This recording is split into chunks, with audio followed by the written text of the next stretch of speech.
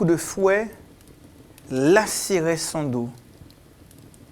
Les lanières en cuir s'enfonçaient dans sa chair, 30 fois de suite. Et après ce long supplice, ce fut le cheminement vers le mont du Calvaire, où les clous vont une fois de plus déchirer sa chair.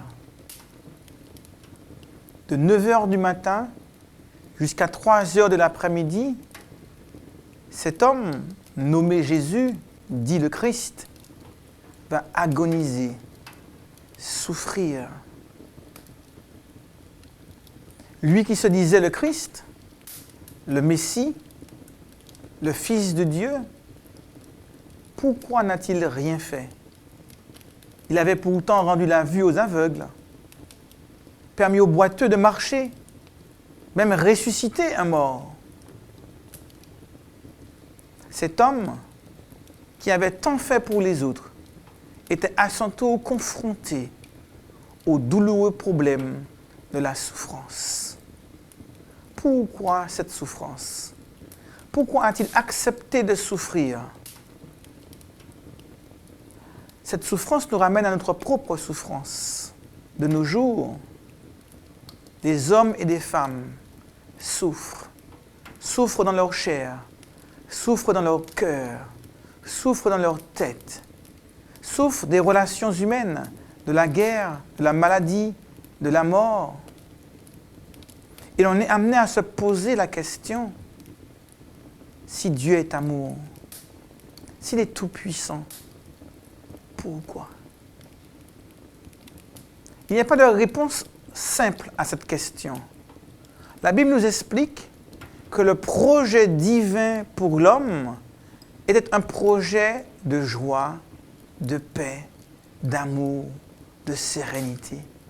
Et en créant l'homme, il est dit dans Genèse au chapitre 1er que Dieu dit « Faisons l'homme à notre image et qu'il puisse dominer sur cette terre ».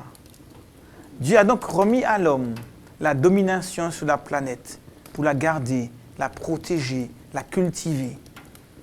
L'homme a choisi, dans cette domination, de s'opposer à Dieu, de créer la rupture avec son Créateur, jetant ainsi la planète toute entière dans un chaos, dans un tumulte, où la souffrance deviendra le quotidien de l'humain. La domination remise à Adam a été utilisée par celui-ci pour mener la planète dans une direction ayant engendré le chaos le plus total, la misère extrême. Et face à cette situation, Dieu a voulu apporter une réponse surprenante. Surprenante pour nous, surprenante pour l'univers tout entier. Il a choisi la voie de l'amour. Il a choisi d'opposer l'amour à la souffrance. Par sa souffrance à la croix, Dieu a apporté une réponse au problème de la souffrance. Il a montré tout d'abord sa disponibilité pour amener l'homme dès aujourd'hui, par l'amour, à combattre toutes les formes de souffrance, dans la relation à l'autre, dans la famille, dans le voisinage, dans la vie, dans l'entraide, le soutien, l'humanitaire. Il a lui-même donné l'exemple en nourrissant, en guérissant, en soignant, en apportant le réconfort et l'écoute dont les hommes et les femmes avaient besoin lorsqu'il était sur terre. Il nous a montré que la voie pour répondre au problème de la souffrance, c'est d'abord l'expression de l'amour.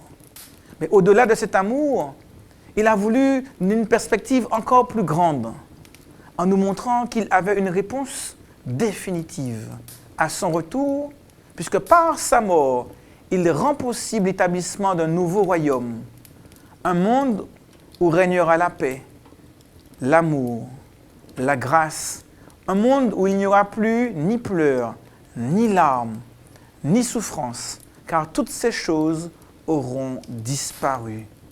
Un monde où il sera roi, un monde où régnera l'amour, un monde où vous et moi sommes invités à participer. Le choix est le nôtre. La souffrance n'est pas irrémédiable. Dieu a pourvu pour y répondre. C'est à nous de faire le choix pour savoir si oui ou non nous voulons rentrer dans ce projet où régnera la joie, la sérénité pour toujours.